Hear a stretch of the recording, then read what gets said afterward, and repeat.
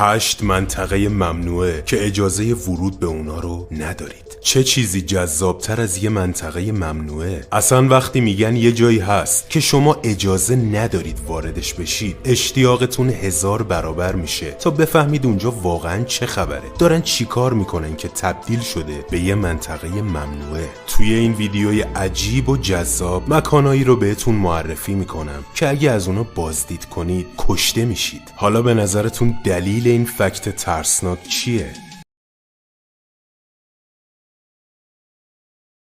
شماره 1 جزی مرگ در روم تعلق داشته. استرابو، مورخ باستانی معروف و وسایل دیگه‌ای که به خاطر تخلیه سریع به جا مونده رو ببینید. البته از روی عکس‌ها و ویدیوها، چون بازدید از منطقه محرومیت چرنوبیل به دلیل آلوده شدن به رادیواکتیو اکیداً ممنوعه. شماره 7 جزیره مارها، اقیانوس اطلس. جزیره مارها یا اسنیک آیلند در سواحل کشور برزیل در اقیانوس اطلس واقع شده و محل زندگی افعی طلایی به عنوان سمی ترین و خطرناکترین مار سمی این جزیره است. بازدید از این جزیره برای حفاظت از جمعیت این مارای سمی و همچنین حفظ جون ملت ممنوع شده.